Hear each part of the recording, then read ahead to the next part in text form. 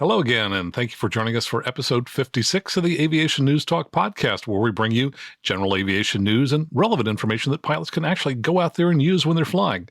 Today, we're going to talk about visual separation. Just what is it, and why are air traffic controllers always telling you to maintain visual separation? And once you agree to that, just what is it you're signing up for?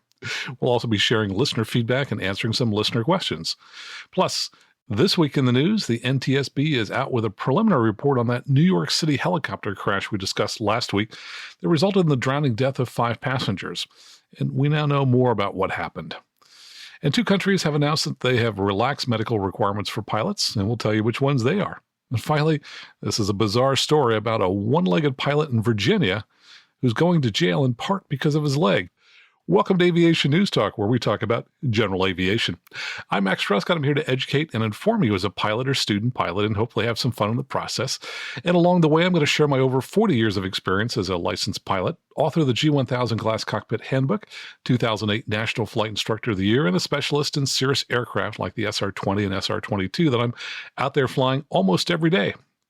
Now, last week in episode 55, we talked about the challenges pilots face when entering a traffic pattern and how to follow a much slower aircraft. So if you missed that episode, you may want to check it out. Of course, this week we're going to be talking about visual separation, all this and more, and the news starts now.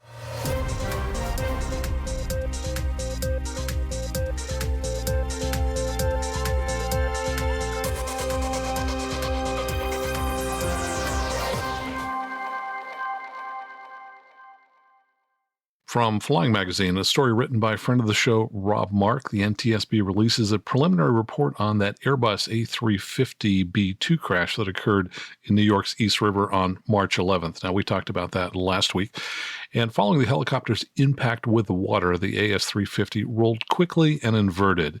Now, as we told you last week, the pilot escaped, but none of the 5 passengers aboard survived. They were still strapped into their seats and they drowned because not only did they have their normal seatbelts, but they also had additional harnesses that were provided by the charter tour operator designed to keep them from falling out as they moved around in their seats to take photos, including rolling their feet out the window and taking pictures of their feet in the photo.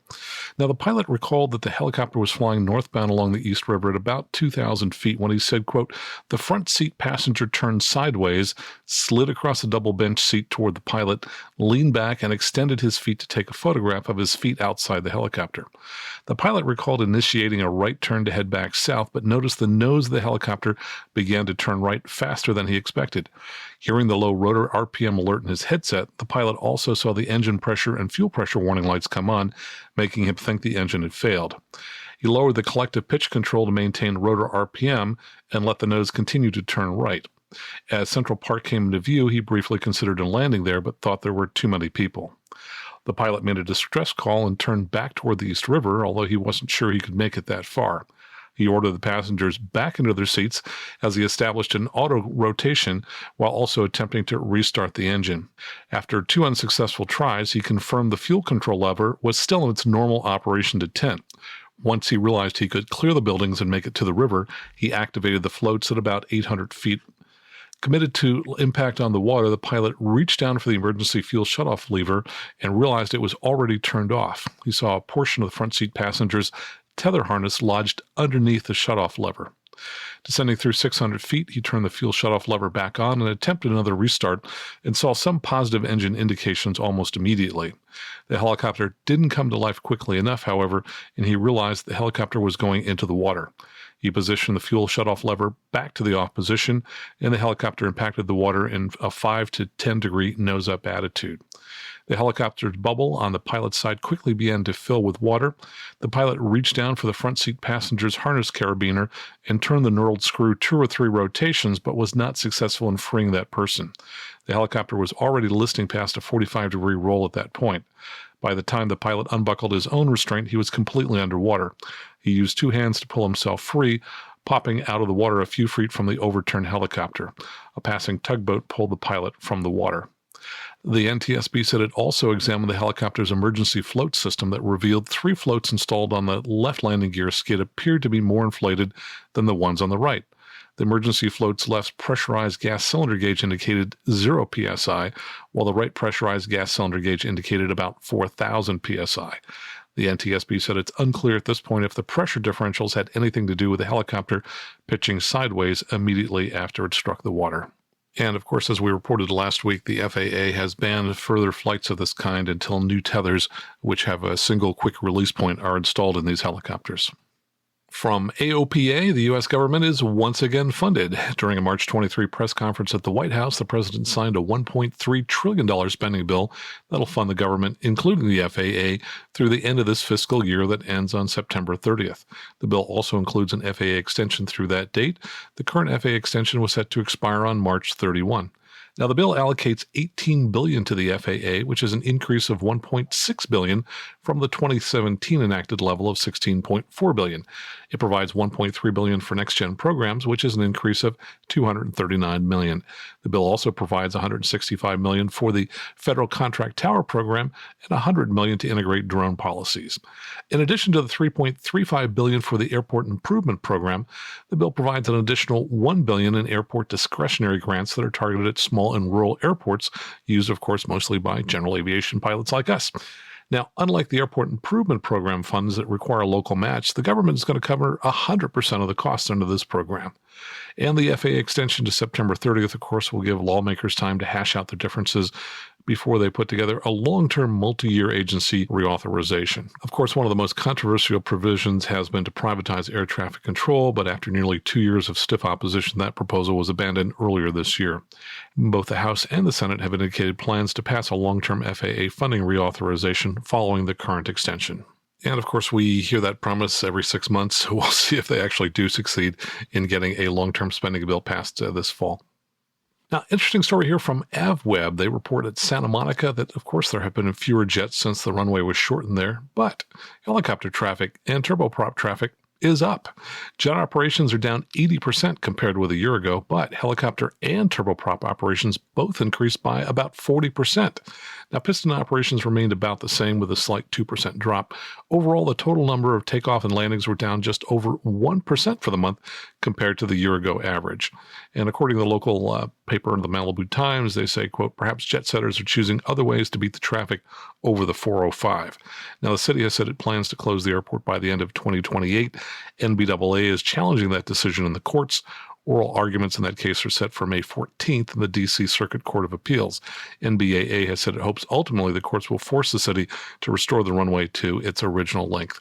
And I hadn't thought about this, but I'm guessing a lot of the folks who used to fly private jets in and out of Santa Monica are now perhaps using helicopters to get from Santa Monica to nearby airports like Van Nuys and Burbank, where those jets perhaps are now landing. So interesting second-order effect here of shortening the runway. From AOPA comes a story that Van's aircraft founder Dick Van Grunsven accepted a safety award that was presented by AOPA's Air Safety Institute during the third annual Bob Hoover Trophy reception in Washington, D.C. Now, Van credits professional transition training for a dramatic improvement in the safety record for the RV series of kit aircraft in the last decade, and he said similar safety benefits are available to the broader general aviation community. Now, this was kind of interesting to me. The number of RVs in the fleet has doubled since 2008, while the total number of fatal accidents has been cut in half. Over 10,000 RVs, ranging from the single-seat RV3 to the four-seat RV10s, have been registered and flown, far more than any other kit aircraft. According to Van, transition training has made a big difference. He said that there's been broad acceptance of transition training embedded in the RV community, and people recognize that when they're well prepared, they're better, more confident pilots, and they enjoy flying more. But that didn't happen overnight, he says. He said he always thought that his fixed-gear, straight-wing, all-metal designs were easy to fly when they were originally introduced, and that he didn't see a need for type-specific training. But pilots mishandling the controls led to what he called needless accidents and convinced him that the company could do more to improve safety. He and others convinced the FAA to grant waivers to some highly qualified flight instructors that allow these people to get paid for teaching an experimental aircraft. And of course, the experimental category prohibits commercial aircraft use, including flight instruction, which is why they needed to get this waiver. Vans then set up a network of flight instructors around the country that have provided thousands of hours of dual instruction in these aircraft. Van said, the instructors found that a lot of pilots are lacking basic stick and rudder skills. The transition training they offer accomplishes two purposes. It sharpens their basic skills, and it gets them acquainted with the flying qualities and characteristics of RVs. He credits experienced RV builders and pilots for using peer influence to convince other builders and RV buyers to seek out professional training. He said, that's now embedded in our community. It takes time, but it's something we can carry through all of general aviation. He said he would like to expand the flight training network for experimental planes beyond type-specific training. And he said a side-by-side RV6 or RV7, for example, could serve as a tailwheel trainer, and they can help prepare pilots to fly similar but not identical aircraft models. He said, quote, we can expand the infrastructure that's already in place. There's no reason flight schools couldn't operate experimental aircraft. Though, of course, let me just reiterate that currently you would need a waiver to do that, as you can't give flight instruction in experimental aircraft without a waiver. By the way, I set up the interview that we did with Dick Van Grunsven for episode 376 of the Airplane Geeks, so you might want to check that podcast out if you'd like to hear more about Van. In international news, we have a pair of stories about changes to medical requirements. This first one comes from AOP Australia's Facebook page. They say they're pleased to announce the commencement of changes to the Class 2 medical certificate. They say, as members are aware, we've been advising CASA for some time that these changes are important to general aviation. We're very pleased that they're listening and have made changes. They say the Director of Aviation Safety, Mr. Shane Carmody, has written to all DAMEs informing them that from April 3rd, they will be delegated to issue a Class 2 medical certificate on the spot if they feel the applicant meets the required standard. The computerized medical system will be considerably changed to allow this. In cases where the system, which is called AHRS, does not allow automatic issues of the certificate, then the decision as to whether a Class 2 certificate is issued is entirely up to the DAME.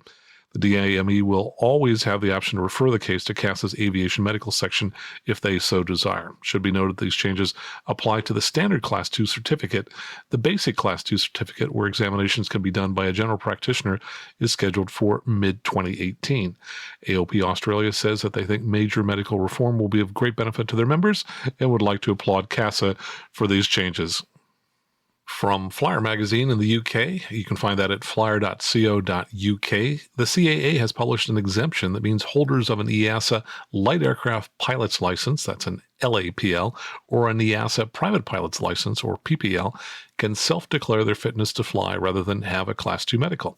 The exemption comes days before the April 8th deadline, when anyone who wants to fly an EASA-certified aircraft, such as common types like a Cessna 152 or Piper PA-28, has to hold an EASA Part FCL license. The exemption says, quote, the objective of the exemption is to meet an operational need of limited duration to reduce the significant regulatory burden that would be placed on the UK general aviation sector after April 8, 2018, by allowing an additional group of UK pilots to fly using pilot medical declarations rather than medical certificates in the UK. They say this will be achieved by allowing GA pilots with UK-issued Part FCL, LAPL, and PPL pilot licenses to operate certain UK-registered EASA GA aircraft while holding a pilot medical declaration under specific conditions and subject to certain excluded cases. The essential requirement of pilot medical fitness remains. And this story also comes from the UK, from the Evening Standard. The pilot of a jet that crashed at Shoreham Air Show in 2015, killing 11 people, is to be charged with manslaughter by gross negligence.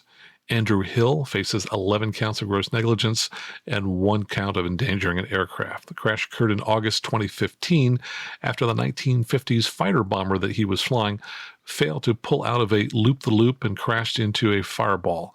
Hill, who is a trained Royal Air Force instructor and fast jet pilot, was thrown clear of the aircraft but taken to the hospital with serious injuries and placed into an induced coma before being discharged.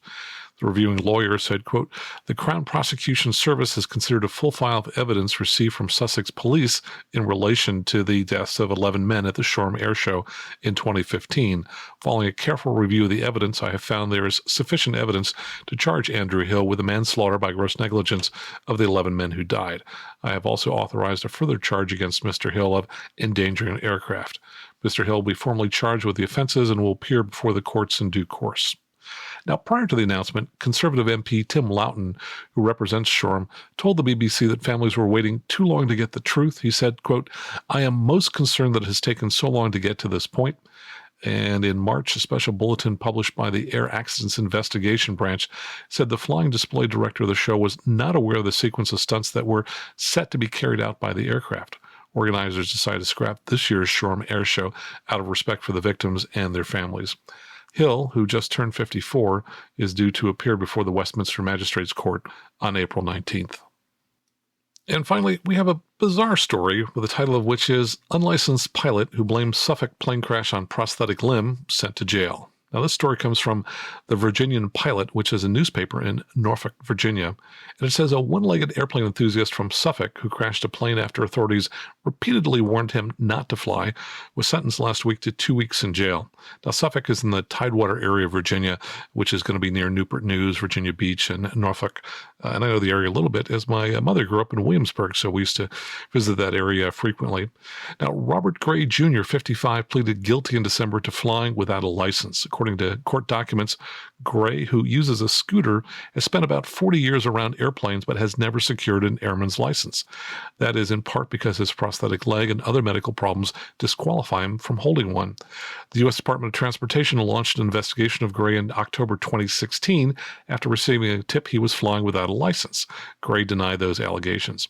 Investigators spoke with him again in June to inquire about another incident. Gray acknowledged flying without a license at that time, but claimed he was a licensed instructor, documents said. The FAA administration let him off with a warning. Well, the next month, the crash happened. According to documents, Gray was trying to land a 1972 Piper aircraft at an airstrip in Suffolk. When it pulled to the right, hit a bump, did a 180-degree turn, and struck several small trees. The plane, which Gray had recently sold, was left with a damaged right wing, landing gear, and nose cone. Gray, who was uninjured, initially told pilots he had not been flying the aircraft and that the real pilot was missing. Police started searching for the missing pilot, and later Gray confessed that he was lying. A few days later, Gray told an FAA safety inspector he had no feeling on his right side. He suggested his prosthetic leg became stuck on the brake, causing it to spin out. Prosecutors asked Friday for Gray to be sentenced to 1.5 years in prison, in part because he was warned not to fly. The assistant U.S. attorney said he could easily have killed himself or a number of other people, making this reckless choice. The defense attorney countered, saying that house arrest was more appropriate given his client's various medical conditions, which included diabetes, congestive heart failure, and chronic obstructive pulmonary disease. He said Gray will inevitably have to have his left leg amputated at some point. U.S. District Judge said he would have given Gray probation if this had been an isolated incident, but it wasn't. The judge said he was concerned Gray would again crawl into a plane and try to fly, despite his significant medical issues. And that's the news for this week. Coming up, we're going to be talking about visual separation. Just what is it, and why are air traffic controllers trying to always get you to agree to maintain it? Plus, listener feedback and questions. One listener wants to know, can you pull circuit breakers to simulate partial panel in a G1000 glass cockpit airplane? And another listener wants to know, just what does a controller mean when they say to report on a 2-mile base? Stick around. We'll be right back here on the Aviation News Talk podcast.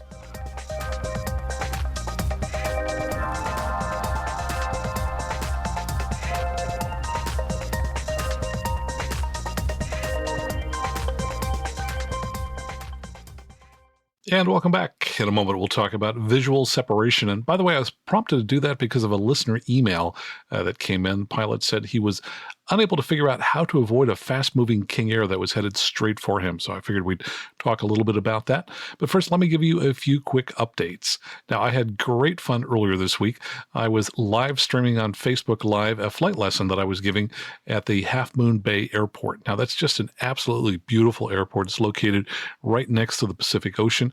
Often we can't go out there because it's either foggy or, it's windy, and therefore it's pretty turbulent getting over this low mountain range that we need to cross to get over there. But the weather has been perfect the last couple of days. So I took a student pilot who is working on landings. She's a pre-solo student pilot, learning to fly in the Cirrus SR20. And as we're headed out there, I just thought, this looks so beautiful. Let's just go ahead and share it with other people. And I use my iPhone connected to my Lightspeed Zulu 3 headset. And that then allows me to live stream, provided I've got a cellular connection, which often you don't get at higher altitudes, but at 1,000 feet, it works perfectly fine out there.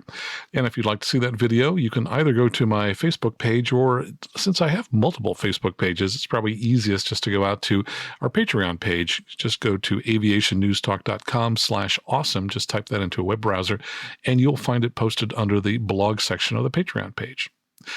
Now, I did a flight review with another flight instructor earlier this week, and he suggested that we spend part of the time talking about the flight path that I might use for my upcoming trip from the Sacramento area to Georgia with a buyer of a new SR20. Now, the pilot is also a Cirrus CSIP, and one of the things that came out of that discussion was something I had considered before. He said, as I go across the entire country, rather than fly, south toward the Gulf of Mexico, he said fly a little bit further north and use Memphis, Tennessee as a stopover point, because he said it's frequently located just north of weather which can be worse to the south. And he said that's one of the reasons that FedEx chose Memphis as its hub many, many years ago. And we talked about how do you get here from California to Memphis, a couple of different ways. Northern route along Interstate 80, southern route if you fly to Southern California and then cut across Prescott, Arizona, Albuquerque. Turns out that's the way he favors, and that's the way I end up flying most of the time. I certainly like going the northern routes, very pretty and often a little bit cooler, but often the weather is a little bit worse, especially in the wintertime, and just seem to have more options as we fly along the southern route. Plus, we've got probably more larger airports to stop at along the way, which can be kind of handy. So typically from here, I would head south to the Palmdale VOR, which is in the high desert, down near Lancaster, California, and then just hang a left turn. Head east from there.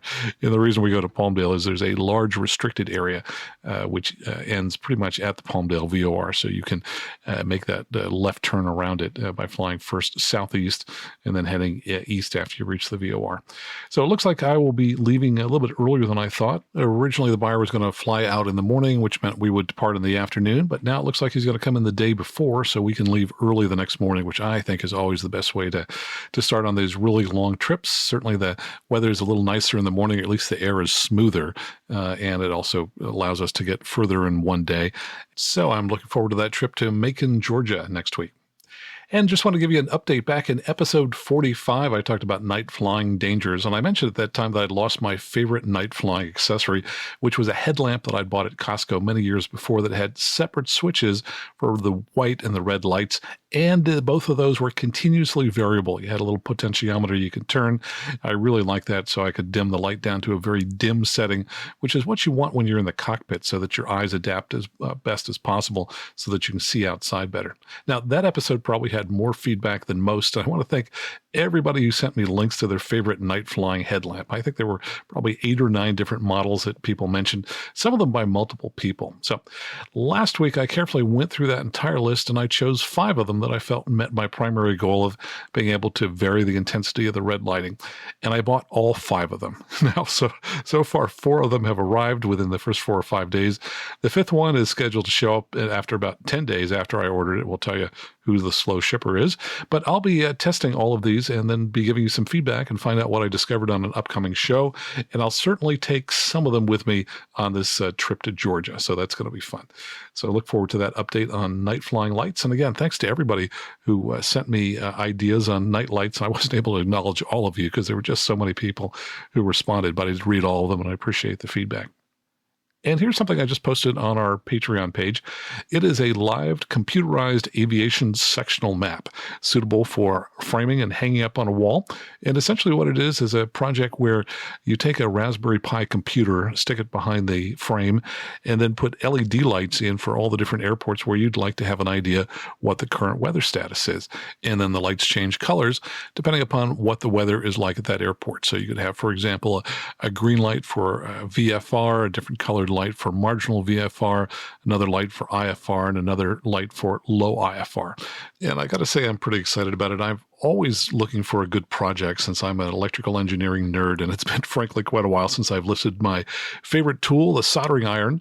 And I've really been interested in trying to find a project that seemed intriguing that uses a Raspberry Pi application. I've yet to buy one of those little board computers, but I think that would be fun to get one and build something. And I would love to have one of these hanging in our flying club. So anyway, I've posted all that on our Patreon page. Just go out, type into a web browser, aviationnewstalk.com/awesome, or go to our main aviationnewstalk.com page, click on Help the Show.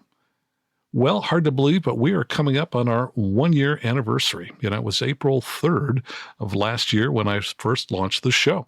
Since then, we put out 56 episodes, so more than one a week. And I want to thank everyone who's been listening, but more importantly, thank everyone who's taken the time to both email me with feedback for the show and to give suggestions for future show topics, and for the many encouraging and just kind complimentary remarks I've had from people about the show. It's just been an amazing outpouring from the listeners, and I really appreciate the warmth and the interest that you've shown in the show. I started the show because I had a lot that I wanted to share with pilots about things that I learn every day when I'm up there flying 6, sometimes 7 days a week, and because I couldn't find a general aviation podcast that was sharing that kind of information. So thanks everyone for your support, especially thanks for those who've gone to the Patreon page and are sending us a few dollars every month. I really appreciate all of you and all the great things you're doing to support this show. So if you would, just one thing, as I always say, go ahead and tell a friend about the show. Please continue to send me your feedback. Just go to aviationnewstalk.com, click on Contact, and that's the best way to reach us. You can always send me notes via Facebook and Twitter, but sometimes I can't find those when I later put together my show notes. So email contact is the best way to go, especially if you'd like your comment to be in the show.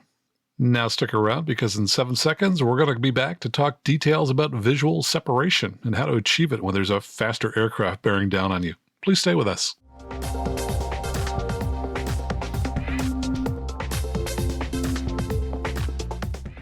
And welcome back. Let's talk about visual separation, a term we hear all the time, but you might not know all the details about it. Now, I was prompted to talk about this because I got an email from Keith in Georgia, and the subject line caught my attention. He said, "Close call at," and he gave the name of his airport. He said in his email, "I have a question about a near collision in Class D airspace at my home airport. I'm hoping you can shed some light on what I could have done to avoid this." He says he's a private pilot with 130 hours. A few months ago, he was on a dual flight getting checked out in a Diamond DA-20, and afterwards they were headed back to the home airport. And he called the tower and reported he was about 10 miles east inbound to land, and was instructed to enter on a right downwind for runway 7. He says that about 4 miles from the airport, roughly 45 degrees south of the extended center line of the runway's departure end and aiming toward joining downwind at midfield, so it sounds like he was on the 45. At that point, the tower cleared a King Air for takeoff, right turn approved. Tower then called me with a traffic report saying that the King Air was taking off on runway 7 and to report him in sight. Tower also called the King Air with a traffic report.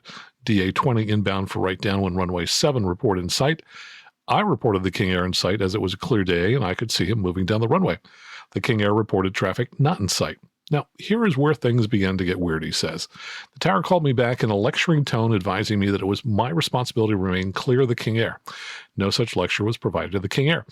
At this point, I was not sure what to do because he was cleared for a right turn. I knew he would be coming my way. I stopped my descent at about 1,000 feet above the pattern altitude. However, without knowing his intended heading after the turn, at this range and with a King Air's significant advantage in power, airspeed, and climb over my little DA-20, there was no way for me to predict what trajectory he would take. There was no direction, left, right, up, or down that was a path to safety given his speed, climb, and turn. And to that, I'm just going to jump in here for a second and say, Keith, there is one thing that you probably knew, and that was that he was likely going to be climbing at a very fast rate. And using that information gives you some strategies you can work with, and we'll talk later about how you might have used that knowledge. Keith continues, seconds later, as you would know it, he was headed directly for me and closing in fast from my right. The instructor took the plane and performed an evasive maneuver similar to a chandelle to the right. Now, by the way, a chandelle is a commercial maneuver, and that involves both a bank and a yank. So essentially, you bank to 30 degrees and then start to yank back on the pitch. As you turn at the point where you're turned about 90 degrees, your pitch up has reached its maximum pitch. You then continue to turn at the point where you reach 180 degrees. The stall horn is on and should be still at the pitch you had reached at 90 degrees. And as I recall, this was a World War I maneuver that was considered a very effective way to climb and to escape from the enemy. And continue on, he says, about that time, the tower again asked the King Air if he had us in sight. The King Air snickered, yes, I see him braking to the right, and when the King Air passed, we could see the pilot clearly enough that my instructor gave him a complimentary wave hello. Hello's in quotes, so I'm kind of guessing it might not have been a hello wave. He says, my question, since the King Air reported traffic not in sight, why didn't the tower instruct the King Air to maintain runway heading for just a few seconds before making their turn? After all, the tower has a radar screen in the cab. And I would say, Keith, they certainly could have done that. They could have told the King Air fly runway heading until I advise. And I think that's probably what my home airport would have done, because they do a pretty good job of making sure that aircraft stay on parallel paths until they're past each other and then permit them to turn. He says, why would the tower clear us both for paths that put us too close and then wash their hands of any additional involvement in our safety, especially since the odds were significantly against me? What could I have done to improve safety in this situation? The only solution I can come up with was for that particular scenario is to fly an exaggerated route south to avoid the departure end of the runway and arrive at midfield. In this case, it would have provided a few extra seconds before our paths crossed, but the range would have still been so close and its final trajectory still difficult to predict. Plus, the faster departing aircraft could be cleared to turn in any direction after takeoff, and that could conflict with inbound traffic at any position. Love to hear your thoughts and recommendations. Keith, thank you very much for your email. That is a great scenario, and I'm sure many pilots run into that from time to time. So let's dig into just what is visual separation and try to provide some answers to your questions. First, before we dive into the technical details, let's just talk about flying VFR in general. For the most part, when you're flying VFR, separation of your aircraft from all other aircraft is one of your primary responsibilities. You're responsible for visually acquiring other aircraft and maintaining visual separation until your flight paths diverge, either in altitude or the course that you're flying. And I don't believe there's any definition of how far apart you need to stay from another aircraft, though prudence says that you wouldn't want to be so close that you might be considered to be in formation with another aircraft, which wouldn't be legal without prior arrangement. And I talked last week about a plane at Half Moon Bay that got way too close to me when I was on downwind and he was on the 45. And I hadn't really thought about it at the time, but he was probably close enough to be considered in formation flying and hence in violation of the rules. And for sure, he was in violation of common sense, which is why I suggested to him that he could have flown a wider downwind to avoid getting so close to our aircraft. But let's try and simplify your situation with the King Air. And let's just imagine for a moment that this happened at a non-towered airport. As a VFR pilot, you're still responsible for visually separating yourself from the King Air, and you'd be the only one doing that until he has you in sight, at which point he would also be required to separate himself visually from your aircraft. So if you think about it, this really boils down to two very simple rules. When you're flying VFR, rule number 1, don't hit another airplane. And rule number 2, do whatever you have to do to achieve rule number 1. But now let's talk about your situation. Since you were at a towered airport, let's talk about pilot and controller responsibilities for maintaining separation between aircraft. It turns out that VFR separation services vary depending upon the class of airspace that you're in. So, for example, there is no VFR separation service above 18,000 feet way up in Class A, as there is no VFR traffic up there. But in Class B, VFR aircraft must be separated from other VFR or IFR aircraft that weigh more than 19,000 pounds or any jets by 1.5 miles horizontally or 500 feet vertically, or by visual separation, which means the planes can be closer as long as one pilot is looking out and sees the other airplane. And VFR aircraft in Class B airspace weighing less than 19,000 pounds, they are separated from VFR or IFR traffic by radar display target resolution, which basically means the individual radar targets are not allowed to touch on the controller's screen. Or he can have 500-foot vertical separation or visual separation. Now let's talk about Class C. Aircraft operating under VFR and Class C are only separated from IFR traffic and are not separated from VFR traffic. Now let's talk about Class D, which is where Keith was talking. Guess what? There is no requirement for a tower in Class D to provide VFR separation services.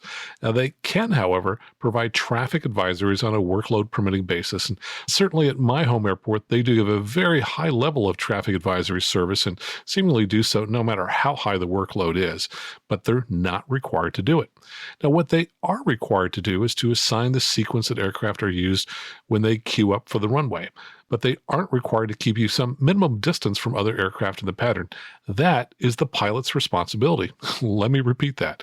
In Class D, the pilot is responsible for keeping a safe distance from all other traffic, just as you would whenever you're flying VFR in any other type of airspace. Now, first, let's talk about the three different ways that aircraft can be separated. And I found the details on this in a project report numbered ATC-258 from the Lincoln Laboratory at MIT, and it was called Terminal Area Separation Standards, Historical Development, Current Standards, and Processes for Change, and I'll put a link to that in the show notes. Now, according to them, separation of aircraft can be accomplished visually, procedurally, which would be non-radar, or with radar. And visual separation can be either provided by ATC in the event that both aircraft are visible from the tower cab, or it can be provided by pilots flying outside of Class A airspace. If ATC is providing the visual separation for the tower cab, it's not necessary for either of the pilots to see each other. And if the pilots are in visual contact in VMC and visual separation is assigned by ATC and the pilots agree to that, then the responsibility for separation can be accepted by the pilots, even if they're operating under IFR rules. In that case, visual separation is assigned by ATC and accepted by the pilot only after the pilot has visual contact with the other aircraft. And visual separation, well, it's never allowed up in Class A regardless of weather. For example, aircraft that are in trail, one lined up behind the other or following each other, the following aircraft has to have the preceding traffic in sight. Then if the pilot agrees to visual separation, he or she accepts the responsibility for maintaining separation with that aircraft who's following. Now, here's a key point. In the event visual contact is lost, the pilot must notify ATC immediately. Yet I almost never hear a pilot ever report that they've lost sight of an aircraft, and I'm certainly guilty of not reporting that sometimes when I've lost sight of an aircraft. Though often it's because the frequency in our area, it's just so congested, I don't want to jump in to report something like that. But having read more about this topic, I think I will more frequently report when I lose visual separation. Certainly it's for my own safety as well as that of others. Now, that other category, non-radar separation, is mostly for IFR traffic, and that's a term used by ATC to provide separation service based on position reports and estimates given by pilots over the comm radio. So that procedure doesn't really apply here because we're talking about VFR aircraft in a Class Delta area. So for those aircraft, it really comes down to two kinds of things. Either you're getting a radar separation or you're getting visual separation provided by the controller who can see you or the pilots who can see each other. Now let's take a look at some information in the AIM. There is a section 4-4-14 called, guess what? Visual separation. And they say visual separation is a means employed by ATC to separate aircraft in terminal areas and en route airspace in the National Airspace System. There are two methods employed to effect this separation. The tower controller sees the aircraft involved and issues instructions as necessary to ensure that the aircraft avoid each other. Or two, a pilot sees the other aircraft involved and upon instructions from the controller provides separation by maneuvering the aircraft to avoid it. When pilots accept responsibility to maintain separation, they must maintain constant visual surveillance and not pass the other aircraft until it is no longer a factor. And then skipping down a little bit, it says a pilot's acceptance of instructions to follow another aircraft or provide visual separation from it is an acknowledgement that the pilot will maneuver the aircraft as necessary to avoid the other aircraft or to maintain in-trail separation behind a preceding aircraft. Now, in operations conducted behind heavy aircraft or a small aircraft behind a Boeing 757 or other large aircraft, it is also an acknowledgement, that is visual separation, is also an acknowledgement that the pilot accepts the responsibility for wake turbulence separation. Visual separation is prohibited behind super aircraft, so don't worry, you won't be instructed to follow an A380 via visual separation. So just keep that in mind. Anytime you're told to maintain visual separation, that implies that you're also required to provide wake turbulence separation. That's your responsibility. And they have a note here. They said when a pilot has been told to follow another aircraft or to provide visual separation from it, the pilot should promptly notify the controller if visual contact with the other aircraft is lost or cannot be maintained, or if the pilot cannot accept the responsibility for the separation for any reason. And item C here, scanning the sky for other aircraft is a key factor in collision avoidance. Pilots and co-pilots or the right seat passengers should continuously scan to cover all areas of the sky visible from the cockpit. Pilots must develop an effective scanning technique which maximizes one's visual capabilities. Spotting a potential collision threat increases directly as more time is spent looking outside the aircraft. One must use time-sharing techniques to effectively scan the surrounding airspace while monitoring instruments as well. And then they say since the eye can focus only on a narrow viewing area, effective scanning is accomplished with a series of short, regularly spaced eye movements that bring successive areas of the sky into the central visual field. Each movement should not exceed 10 degrees, and each area should be observed for at least 1 second to enable collision detection. And they say although some pilots seem to prefer the method of horizontal back and forth scanning, every pilot should develop a scanning pattern that is not only comfortable, but assures optimum effectiveness. Pilots should remember, however, that they have a regulatory responsibility to see and avoid other aircraft when weather conditions permit. And there's one other section in the AIM that addresses visual separation. In fact, it has that title as well. That's section 5-5-12. It's a short one. It says, Pilot. Acceptance of instructions to follow another aircraft or provide visual separation from it is an acknowledgement that the pilot will maneuver the aircraft as necessary to avoid the other aircraft or to maintain in-trail separation. Pilots are responsible to maintain visual separation until flight paths, either altitude and or courses, diverge. And 2, if instructed by ATC to follow another aircraft, provide visual separation from it, promptly notify the controller if you lose sight of the aircraft, are unable to maintain continued visual separation with it, or cannot accept responsibility for your own separation for any reason. Okay, so I know I was a little bit redundant there, but I just want to make sure that the points were very clearly made and that we also talked about some of the references. Let's now talk about Keith's particular situation. First, not all Class D towers have radar, and those that do almost always have a slave display to a radar that's located some distance away near another major airport. And Keith, since your airport is farther away from the radar, the resolution is going to be poorer, which leaves more ambiguity as to position of the aircraft around your Class D airport. Now, given that, the tower might not even be permitted to use radar as a primary tool for separation. Also, while approach and center controllers are both certified to give vectors, many tower controllers are not certified to give vectors. And that's why sometimes you'll hear a tower controller give you a suggested heading rather than a specific vector, such as turn to a heading of 090. So I think the only options the tower controller had for separating you from the King Air was either 1, visual separation by the controller, meaning he would have to keep you both in sight until your flight paths diverge from each other, or visual separation by either you or by the King Air pilot. And I think the key is that you said you had the King Air in sight and that you would maintain visual separation, while the King Air reported that he didn't have you in sight. Now, none of that is a surprise to me because you knew exactly where to look for the King Air, which was on the runway. And since you were a small target somewhere way up in the big blue sky, the King Air would have had a much harder time spotting you. Typically, when you tell a controller that you have traffic in sight, their next response is going to be maintain visual separation from that traffic. They would then wait for your read back to hear that instruction. And if you didn't read it back, you can bet they're going to probably tell you that they need to hear you read back their instruction to maintain visual separation. Now, once all 3 of these things happen, 1, you report traffic in sight, 2, ATC says maintain visual separation, and 3, you read back that instruction for visual separation, responsibility for that separation just jumped from the controller to you. So just imagine that monkey jumped off his shoulders and onto yours at that point in time. So essentially at that point, the controller has absolved a responsibility, and it's now up to you to avoid the other aircraft by whatever means possible.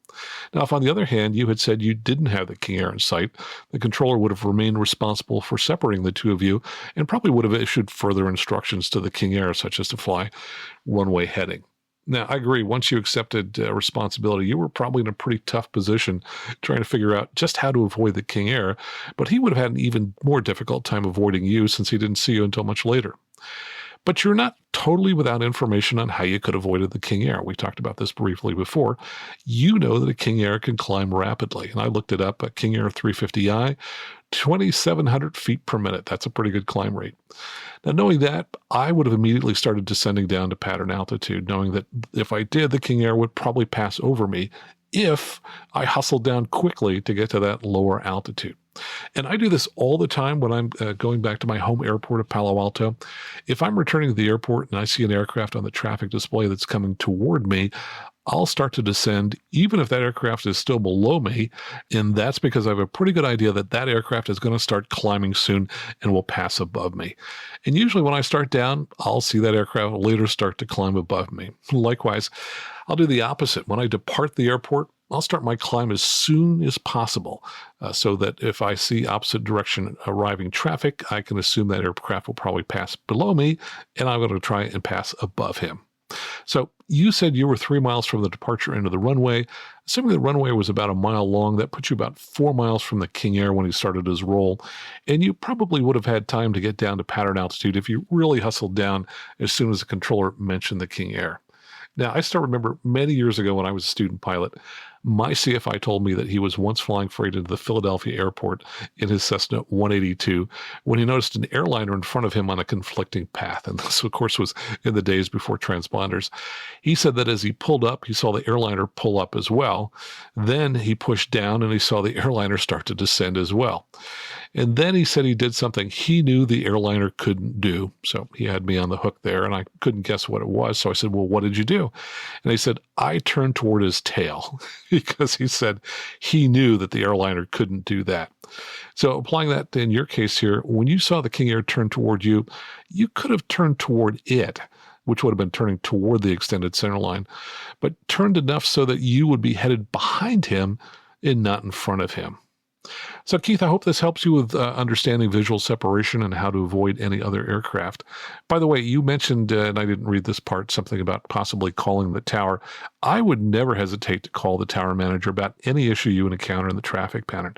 Every time I've done that, I've had extremely professional responses from the personnel I've talked to, and I was left with the impression that they really care about safety, and they really do want to understand where there are possible problems with their processes and where they can try and help educate pilots on the procedures that do exist. And if for some reason you were to contact the tower and you didn't get a satisfactory response, well, then I'd probably call your local FAA FSDO with details and ask them for their suggestions on where to turn next. So Keith, thanks so much for your question about visual separation. I hope this helps. Coming up next, lots of listener feedback and questions. One listener wants to know what equipment I'm using to provide the good audio quality of this podcast. We'll be right back.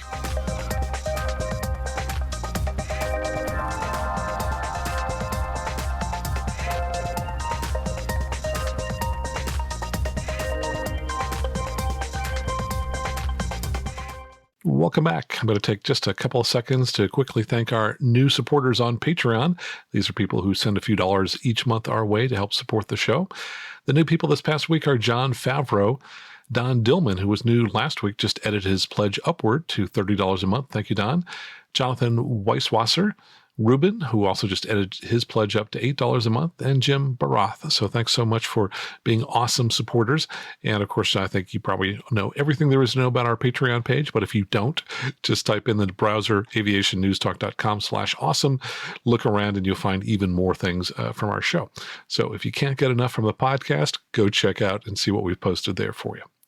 And also, I wanted to thank, Pugsley the cat, also named Steve.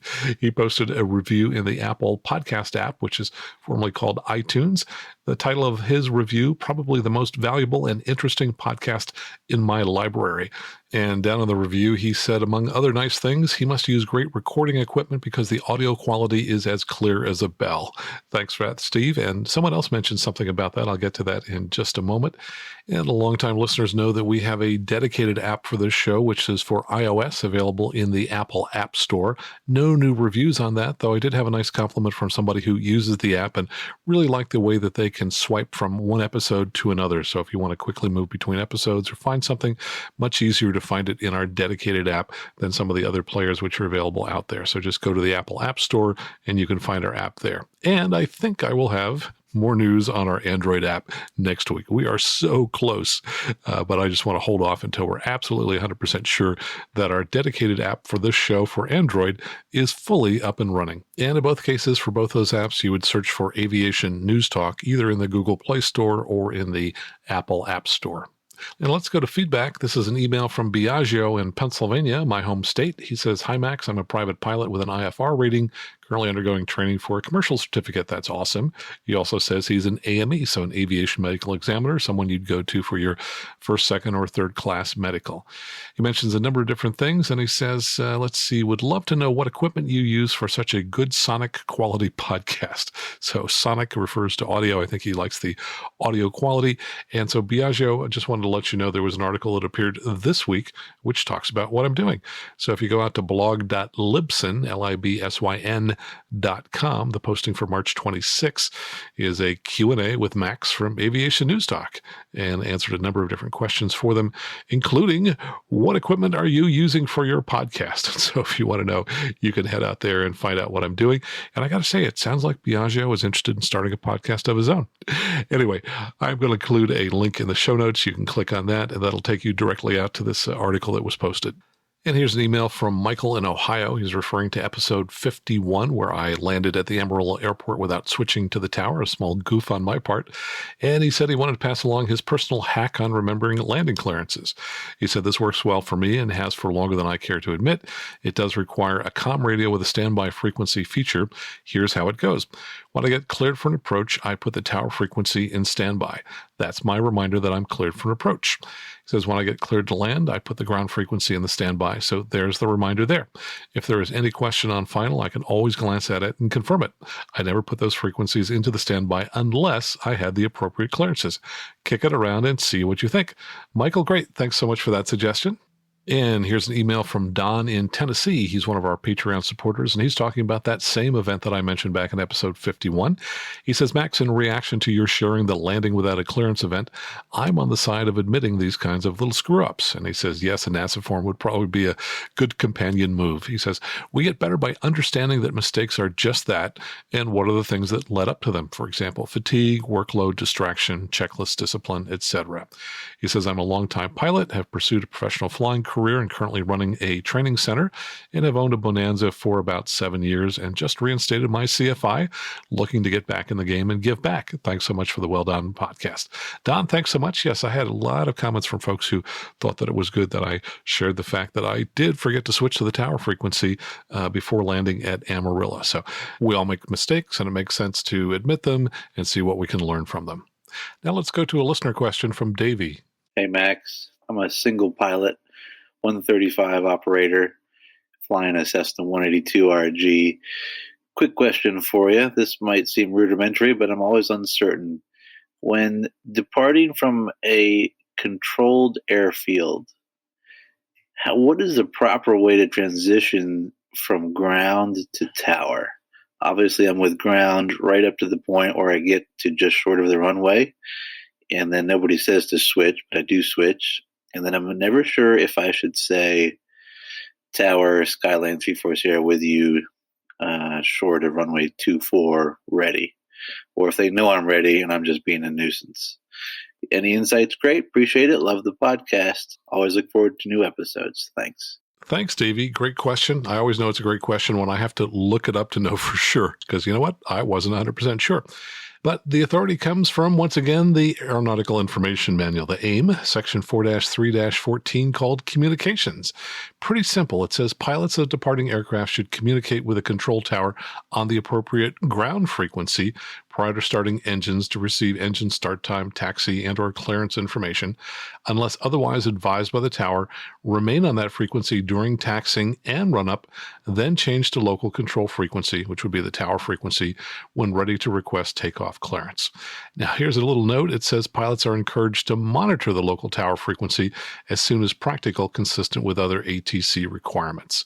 So I guess they're suggesting if you had two radios, you could switch just when you're ready to take off, but you could be monitoring prior to that.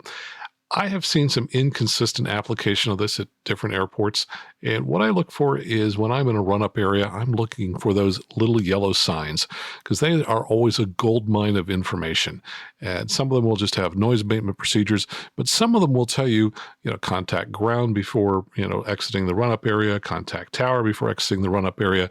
And I find that that's inconsistent. Some places, in order to get out of the run-up area, want you to talk to tower. Some of them want you to talk with ground. So So unfortunately, I would say that the procedures are a little bit different at different airports. Pays to look at the yellow signs, and you can never be wrong by just waiting until you're ready to take off to switch to the tower frequency. On the other hand, I don't think it's bad to switch a little bit early so you can start to listen. What I have found is that if the tower needs to get a hold of me and I'm not on ground frequency and I'm still in the run-up area and I've switched early to the tower frequency, they'll call me on the tower frequency and say, hey, are you on the frequency? So I don't think this is one of those things that's going to be a huge deal, but at least there we have now the official answer for it. And here's an email from Warren in Connecticut. He says, in working through simulated emergencies with the Garmin G1000, do you pull the circuit breakers to fail the AHRS? That's the Attitude Heading Reference System. That's the little black box that provides our 3 electronic versions of the gyro instruments in a glass cockpit aircraft. He says, pulling the breakers, is that safe for the equipment? Several references, including the POH, are not giving me a 100% clear picture of what will still be working with an AHRS failure. One key thing I'd like to know is whether the little CRS, the course window with the digital course controlled by the course knob, will it still be displayed so I could set, for example, a VOR course approach? Thanks for your time, Warren. Well, Warren, first of all, I don't routinely pull circuit breakers in Garmin G1000 aircraft, and that's because Garmin says don't do it. So they have a document called Garmin G1000 Guide for Designated Pilot Examiners and Certified Flight Instructors. I'll put a link to it in the show notes and out on the Patreon page. But if you read through that, among other things, it tells you that Advisory Circulars 120-80 and several others discourage using circuit breakers as switches. And essentially they say that it's going to shorten the life of the circuit breakers and that they will weaken them to the point where they may not perform as intended for their function of interrupting the circuit in case of a fault in the circuit that is a high current situation. So that's the reason I don't pull the circuit breakers in Garmin G1000 type setups. There are times in the older Cirrus Avidynes where we do have to pull circuit breakers because we don't have any other guidance for that system for failing AHRS or the air data computer. Now, speaking of the ATC, the air data computer, if you were to fail that, then in Garmin G1000 aircraft, you're going to lose your Mode C output on your transponder. So you better not be in an area where Mode C is required, such as within 30 miles of a Class Bravo or under or over a Class C, places like that. So that's another reason not to pull the circuit breakers. The little course window that you're talking about, that's visible in some airplanes, but it declutters and becomes invisible about 3 seconds later after you start turning the knob in other airplanes. So in Cessna 172s and 182s, yes, you can always see that little course knob, but unfortunately in other airplanes like the DA40 and the Cirrus Perspective, that goes away about 3 seconds after you stop turning the course knob. So the recommendations, by the way, that come out of the Guide for Designated Pilot Examiners and Certified Flight Instructors published by Garmin is that there is only one acceptable way to simulate partial panel in a Garmin G1000, and that is to dim the PFD.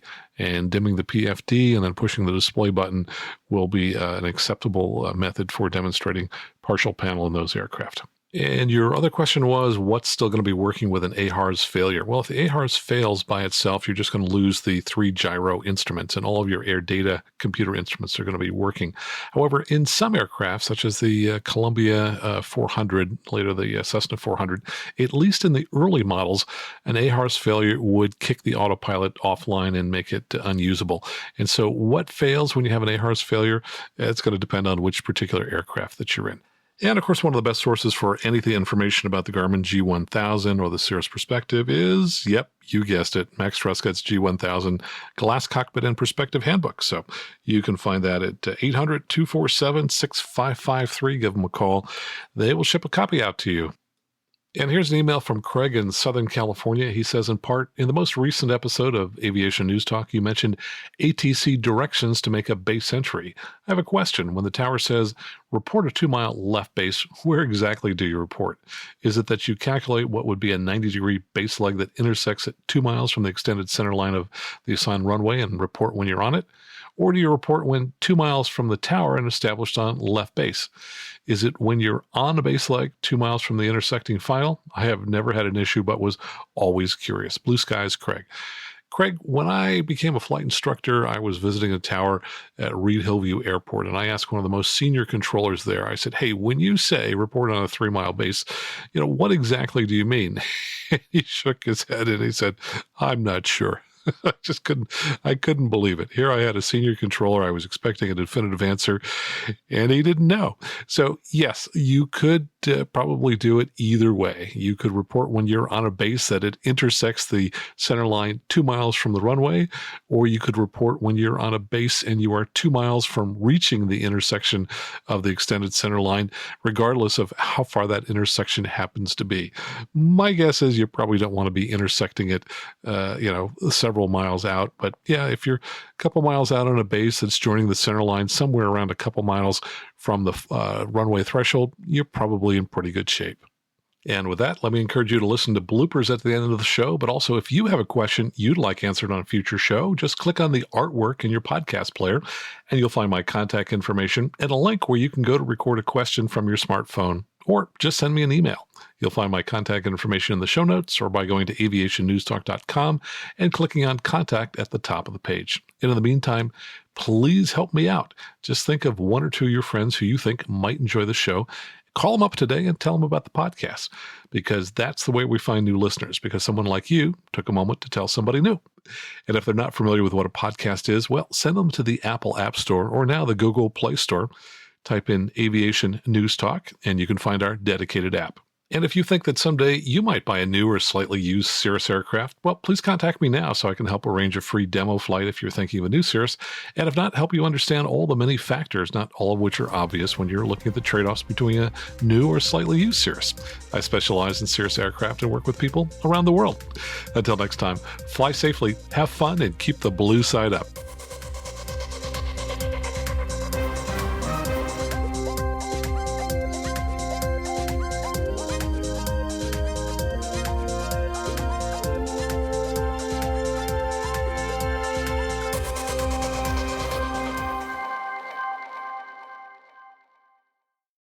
This will be achieved by allowing GA pilots with UK-issued Part FCL LALP EIEIO. Things that I learn every day when I'm up there flying 6, 7, sometimes 8 days a week.